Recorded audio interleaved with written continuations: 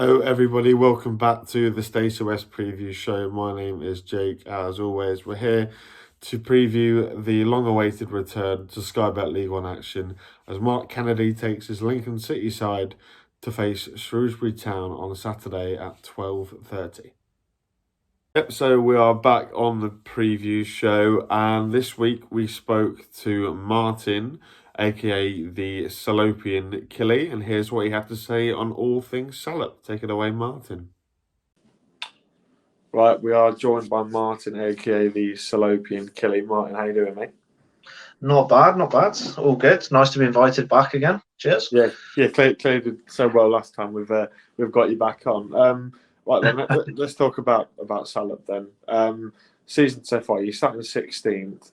Are the club making enough progress for you personally? Obviously, that's where you came last year, or you were around that mark last year. Do you feel like the club are making significant progress at the moment? In possession-wise, like you think 16th, it's not that good. But when you look at the table, like a couple of wins and you're sort of touching the playoffs. Yeah. So yeah, I'm quite happy. I'm content. The squad is better in terms of quality. Numbers-wise, pretty much the same as last year. But yeah, no, we've certainly made progress with the signings. The players have come in. Clearly see Shrewsbury as somewhere that can do well. I mentioned to you last year that Shrewsbury and Lincoln, I always see as similar types of clubs, with decent support, and can attract good players and good managers and have good loan signings. So two good clubs. So it's an interesting game coming up. But yeah, in terms of where we are, I think we're 7 points off the playoffs, with 9 or 10 points clear of relegation. So yeah, I mean, if you asked me that at the start of the season with the amount of games played, I'd have taken your hand off for that. Yeah, I think you're right in the fact we sort of mirror each other, don't we? We both got to a playoff final, lost out, and now we're sort of trying to build our way back up to get back to that sort of level. You mentioned the manager then, Steve Cottrell. He's been in charge for 2 years now, I believe it is, just over 2 years. Is he the right man to take the club forward? And I've seen a few Shrews fans on social media starting to become a little bit more anti-Cottrell. Is Steve going to be the right man still, do you think? Yeah, this time last year, I'd have said no. But he's like old school, and basically fans are not going to like him. It doesn't matter even if we're doing well. It's just his way, Cottrell, but for me, I'm quite happy with what he's doing. Yeah, his football can be a bit frustrating at times, but as we've seen in the FA Cup against a strong Peterborough side, we can get it right and score goals. And Peterborough, no mugs. But then we go and play these big teams as well, and we do well. This season, has been more consistent. I just think it's still the same thing with goals that's a concern, but that was an issue before Cottrell, to be honest. I think that's something that's deep in the core somewhere else, But no, I'm happy with Cottrell. He's had a real tough start to life at Shrewsbury. Obviously got a bit of slack, we got a bit of edge in terms of that, but now we're past that. There is a lot of people that aren't happy with him, but then there's a lot of people that are quite happy as well. For me, at the end of the day, there's no one out there that could probably do a better job right this minute. So I think you sometimes think the grass is always greener. And yeah, Cottrell can be frustrating, but he's not doing a bad job. So for me, I'm happy. Yeah, we don't like mentioning the FA Cup, especially this season after our shock defeat to Chippenham. Obviously, then we're only a month away or so from the window being back open again. Where would you sort of expect Salops to look to strengthen? Obviously, you've got quite a few good players that we're about to touch on, but is there a key area that's sort of glaring out for you that Cottrell needs to bring in over the window? Oh yeah, there's last year I mentioned squad depth before at the start here, and obviously last year squad depth was the same as last season, but in terms of quality is better. Last season we were lucky in the terms that we didn't get injuries. This season we've been very unfortunate to be hit by injuries, and that's what's probably killed us at times. So I mean, George Nurse I would argue is probably the best in there in the top 5 left backs in the league. That's just my personal, opinion. But there is fans of Ipswich Town who like George Nurse as well, and quite keen on him. And he is a good player, and he is, he is a driving force down that left hand side. And we are a bit unbalanced at the minute. So I've got an idea of a player I would like personally. He's a lot better because he's not getting playing at Swansea. Obviously, he was at us before. Yeah. Even a loan deal for 6 months wouldn't be a bad idea. So, mentioned that already. And then Daniel Udo, as you know, was top goal scorer last season. I think he got the goal against you late on. Yeah. In that 1-0 win. Cheers, Martin. But that he is definitely someone that we really do need to replace, and Bowman's not cut it. He's and then we've got these loan players and that. So yeah, we really desperately need a striker and a left back. Is the two sort of areas I'd be looking at. Yeah, that's interesting because Udo was quite the player last year. Was quite a handful for a number of sides. It was interesting to see that you think he might be shipped on. Key men then, it'll be no surprise to you that I've picked out Tom Bayliss and Jordan Shipley. Obviously, played together at Cov for a while. They both went their separate ways, but have ended up back at Shrewsbury together. Those two have been sort of the standout figures. Would that be a fair assessment to make for you this year?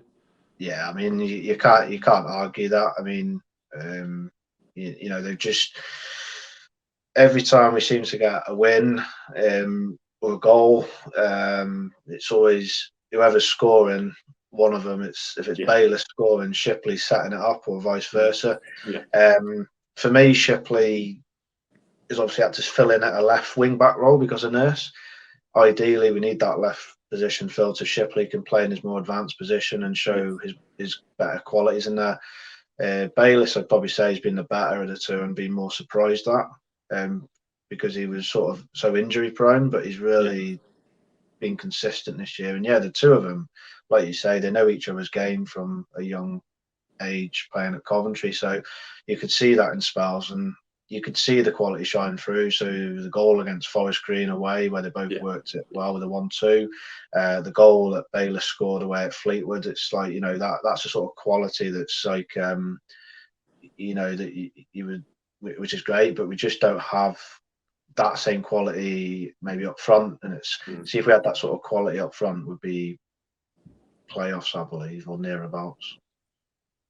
Yeah, I agree. And obviously, Tom Bayliss was someone who helped get promoted last season with Wigan, so he's got that on his CV if you guys are in the playoffs. I know it was a long time ago, but your last league game was a 1-0 defeat to Wednesday at Hillsborough, only by a goal to nil as well. So no disgrace. I think teams will go there and get beat 4 or 5. So what was your assessment on that performance? I know you've had the win against Posh in the FA Cup since, but what was the feelings on that day at Hillsborough? Yeah, I mean, funnily enough, if it was Cheltenham away, that's no disrespect to Cheltenham, or it was another smaller team, I would be a bit more worried going into that game, because notoriously Shrewsbury do well against the bigger teams. They thrive on it. We took a big following. So yeah, I mean, first half, to be fair, Sheffield Wednesday dominated that game, and we didn't get a sniff, and it was just really annoying because we defended so well without attacking threat.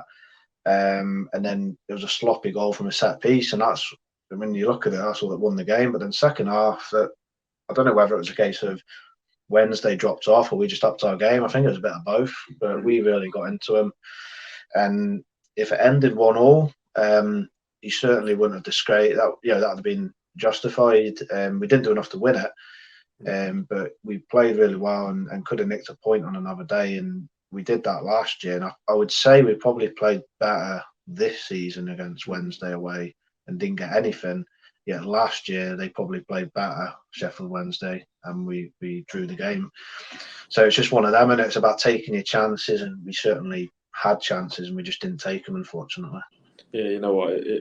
I can see why you're drawing parallels between Lincoln and Shrewsbury, because at the moment what you're saying is pretty much been the story of our season as well. Just wanted to get your thoughts on Lincoln. Obviously, if you've been able to see where we are, obviously 9th in the league table, but I think Accrington were 9th a couple of weeks ago, and now they're slipping all the way down to the bottom. Cambridge have been in 9th; they've slipped down to the bottom. Are you sort of surprised to see us progress as much as we have? Obviously, we've got some good results against the likes of Plymouth, Wednesday, Ipswich, Charlton, etc. Are you surprised to see Lincoln up in ninth at all?